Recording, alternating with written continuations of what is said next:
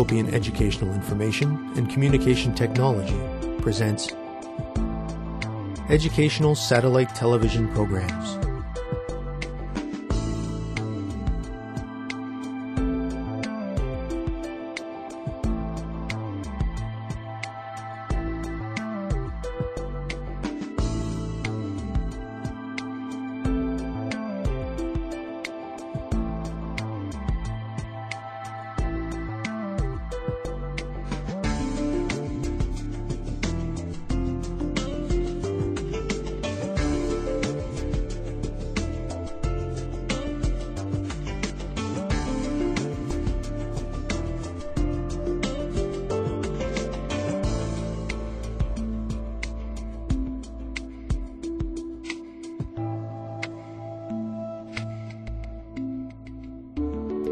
Hello, teacher.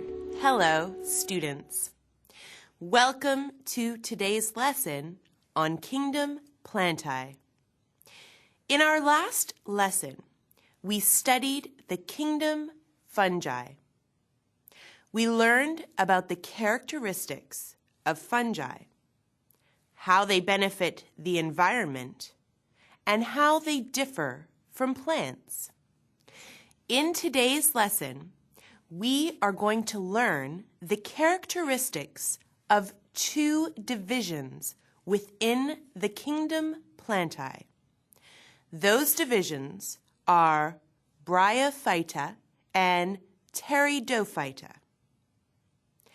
We will learn the characteristics of each division, as well as we will look at some examples of species in each. Let us begin, students. The kingdom Plantae contains nearly 300,000 different kinds of plants. Although it is not the largest kingdom, it is certainly vast. We have learned throughout our biology course how essential plants are to life on Earth. They provide food and oxygen for all living things. They are also a source of fossil fuels. Humans need plants for many different uses, such as food sources, building materials, clothing, and medicine. Students, for our first activity, please make a list of what you think the characteristics of the kingdom Plantae might be. Students, let's get ready. Begin.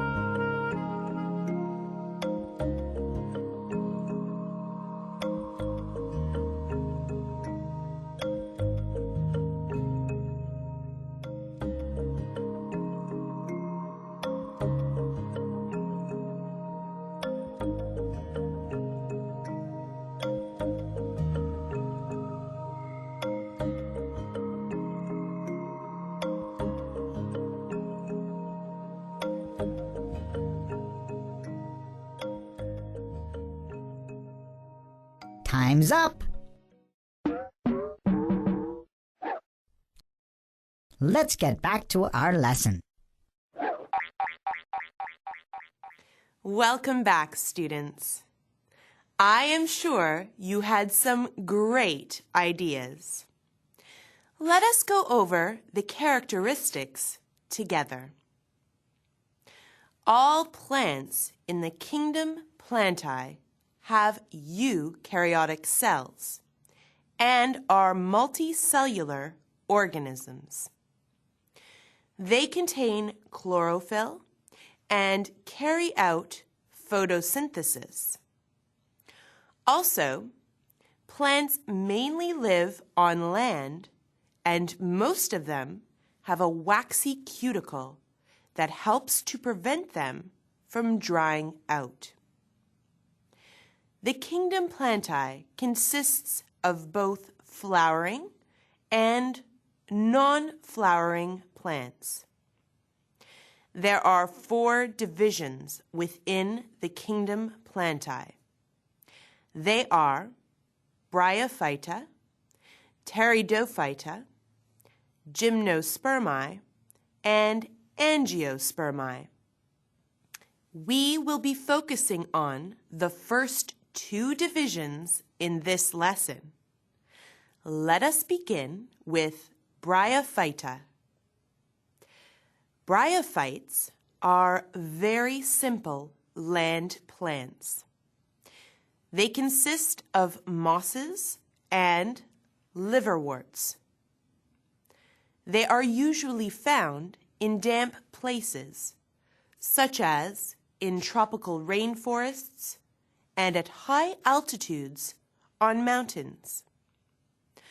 Bryophytes do not have a root system, which means they cannot firmly anchor themselves into the ground or reach water under the soil. Also, they do not have a xylem and a phloem, so they cannot transport food or water around.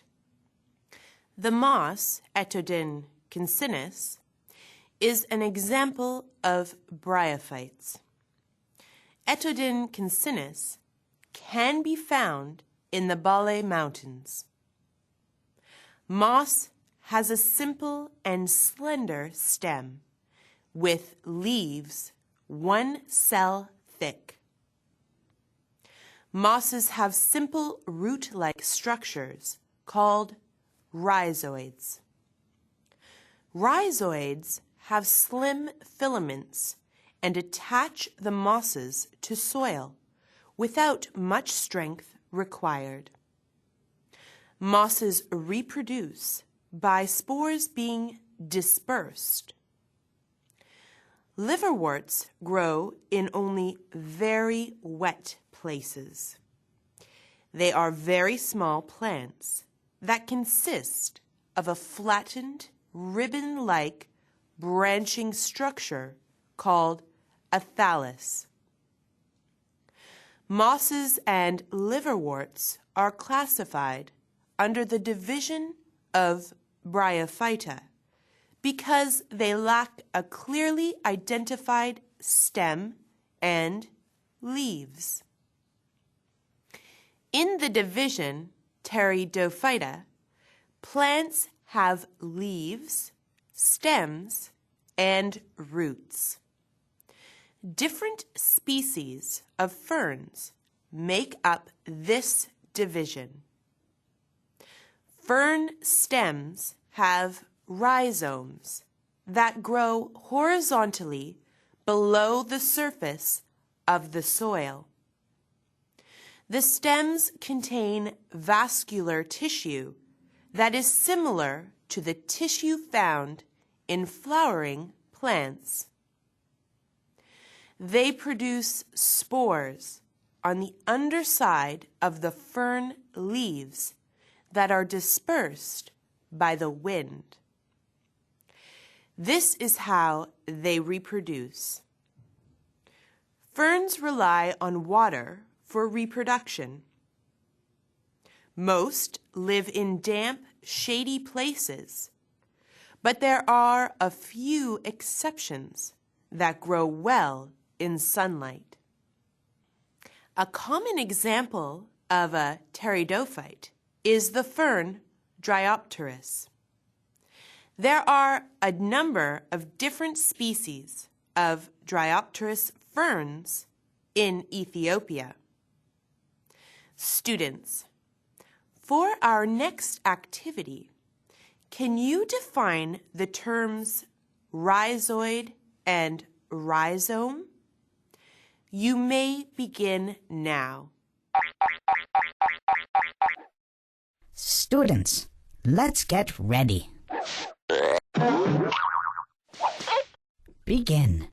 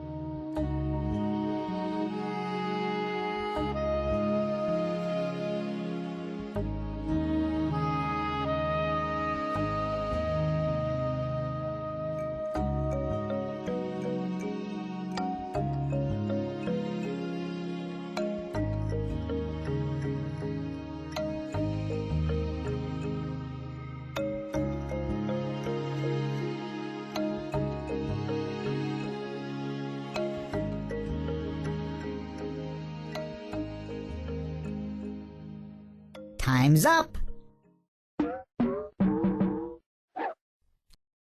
Let's get back to our lesson. Welcome back, students. If you said that rhizoids are root-like structures that attach to soil and rhizomes are horizontal stems that grow below the surface of the soil, then you answered correctly. Great work. Students, based on what we have learned in this lesson, make a list of the similarities and differences between the mosses and ferns. Students, let's get ready. Begin.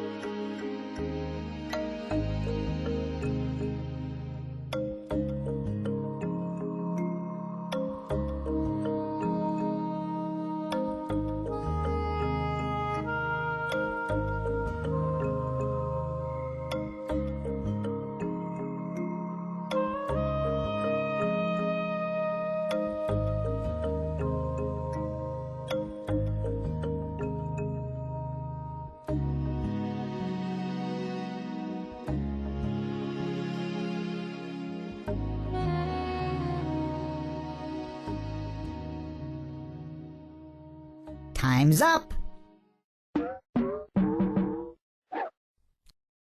Let's get back to our lesson. Hello again, students. I hope you were able to list some of the similarities and differences.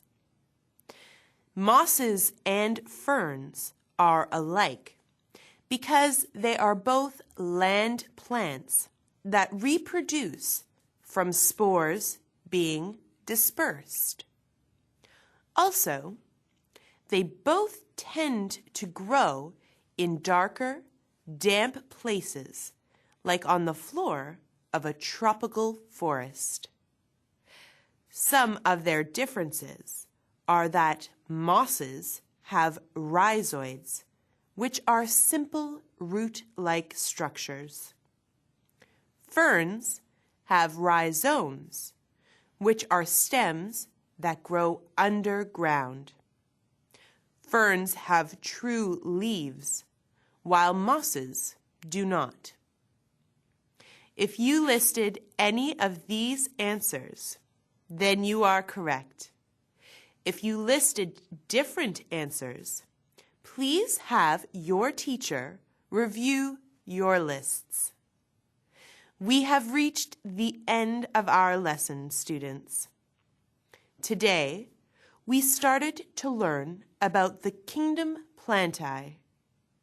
We discussed two of the divisions within this kingdom, Bryophyta and Pteridophyta.